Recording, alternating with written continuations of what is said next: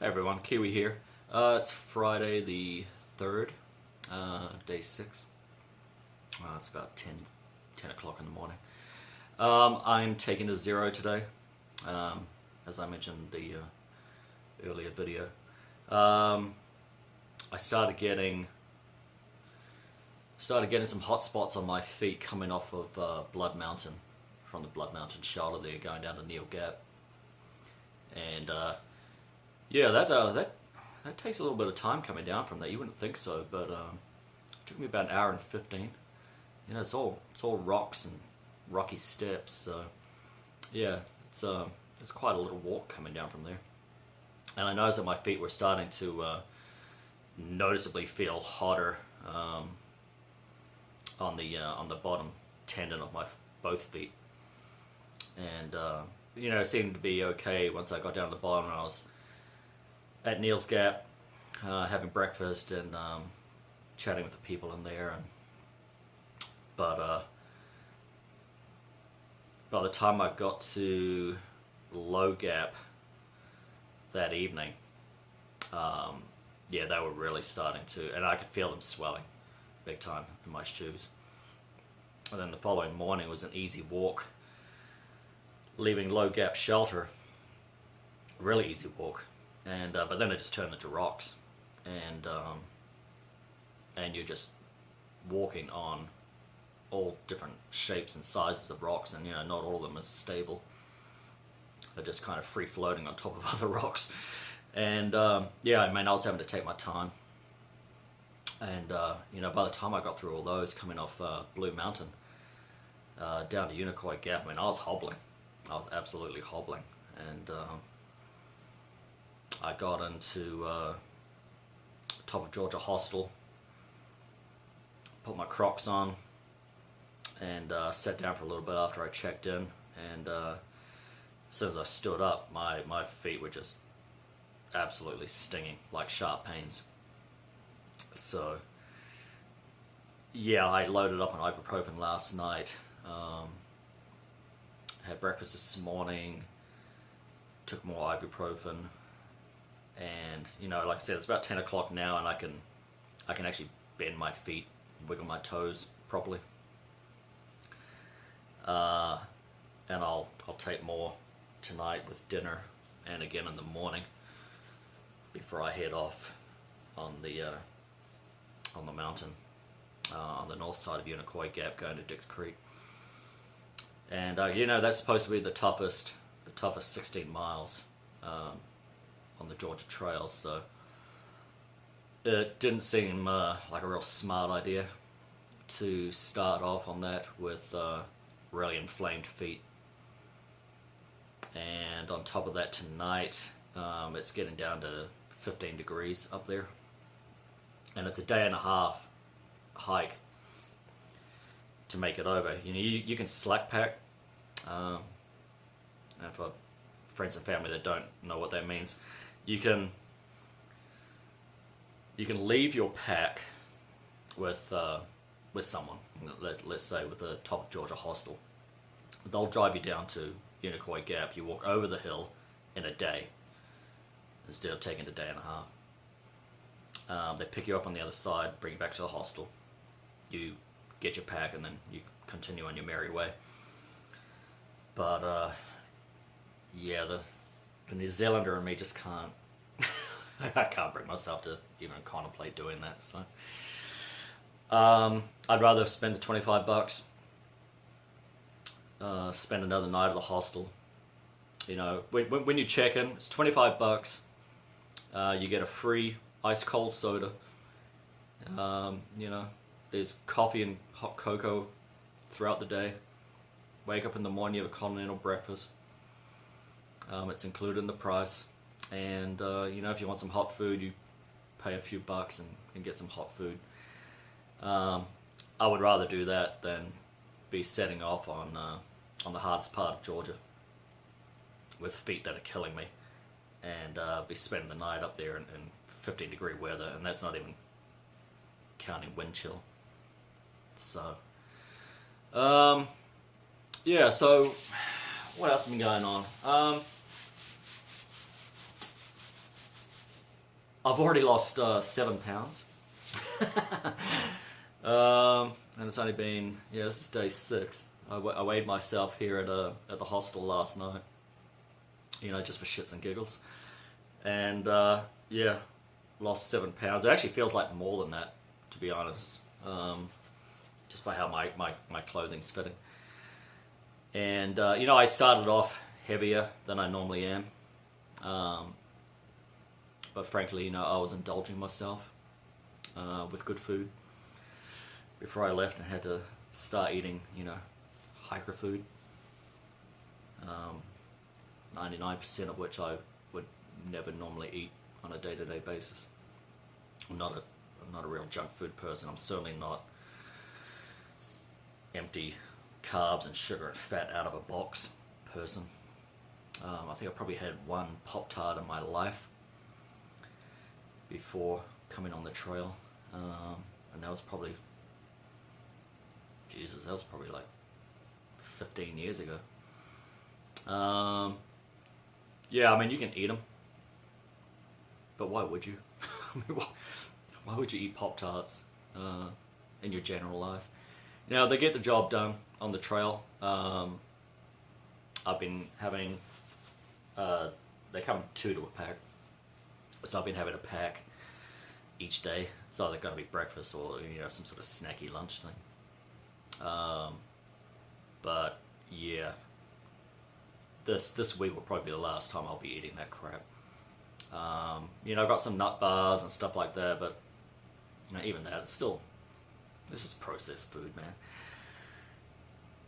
And at the end of the day, if I'm eating processed food, I'd rather eat something that actually tastes halfway decent. So I'll be probably moving on to, I don't know, almond Snicker bars or Payday bars, or something that actually tastes a little better. I've got nuts in a bag, a couple of bags. Cashews and almonds and smoked almonds, which are great. I could do that, and it's better for you anyway than Pop-Tarts. But yeah, overall the food hasn't been bad. The temperature's been so cold that it's been awesome having a pot of hot ramen at the end of the day. The first day I didn't have any hot food. The temperatures were plummeting so fast when I got to it was a Long Falls Creek that I just threw some nuts and some some Cheez-Its in me, and I went to bed. It was really, really cold, and I was tired, and it wasn't enough food, and that's something else you've got to take into account, that your metabolism is kicking up, and if you don't put enough food in it before you go to bed, you're going to be sleeping cold. And I totally trust my sleep system, but I didn't have enough food in me that first night, and I had a very restless sleep. Body was sort of shivering and trembling because I just didn't have the feel. Now in the morning I was okay. My appetite returned in the morning, and I did well then.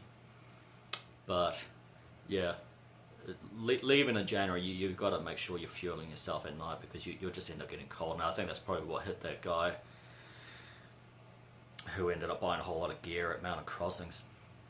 He was just getting too cold, and it's no joke. The temperatures themselves are cold enough, but the winds are just really, really strong, and they'll just put the body heat out of you. So yeah, so food's been okay. I'll change it up. I'll be moving on to wraps and like Laughing Cow cheese smeared on them or something like that. The wraps will keep at room temperature, and it's cold enough I don't really have to worry about refrigeration, that's for sure. So yeah, get some cheese in there and get some more meat protein. Get some more sort of like, God, I don't want to say Slim Jims, but something along those lines. What else has been happening? Graffiti. God, can we stop graffitiing the shelters, people. No one's that important. Alright, you're not that special. No one cares that you were here. You know? I mean, I know I'm 47, but Jesus. You know, it's just such destructive, narcissistic behavior. You know, and you go to these shelters, and you know, someone back in the day spent an extraordinary amount of effort to construct these shelters out in the middle of nowhere. You know, they either lugged that lumber up there or they milled it on site. And to have people like just taking Sharpies to them, and or you know, just as worse, taking their pocket knives to them and carving their names in some, you know, ridiculous passage that they want to share with the world. Yeah, it's just so incredibly disrespectful, and no one thinks you're cool. You know, when I see all these names of, you know, so and so was here, all I see is, you know, Dickless and his friend Little Penis was here, 2014, Nobo, Georgia the Main Yo. You know, it's not cool. It's just disrespectful. And yeah, could we just stop it? If I see someone, if I see someone at a shelter pull out a Sharpie or take a pocket knife to these things, I'm probably just gonna punch them in the throat. In my mind. But I'm gonna give them at least a stern talking to, and maybe make fun of their appearance and question their parentage. But yeah, stop desecrating these shelters that you know. And here's the other thing. I mean, you're out in the woods. You're walking almost 2,200 miles in the wilderness. Embrace the fact that you're out in the wilderness. And vandalizing shelters that, you know, for a lot of people, these things have been the difference between life and death, man. It's just yeah, it's just mind-blowing.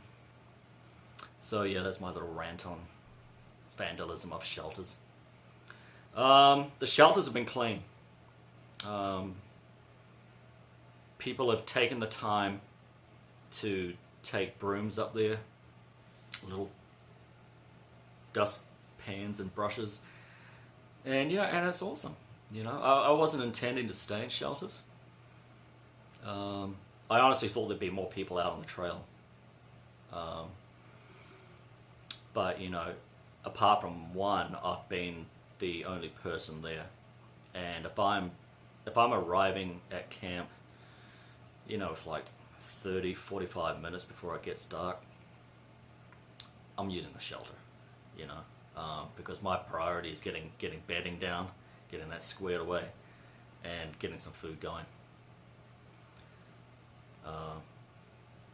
Because I've been tired. I've been tired when I'm getting into camp.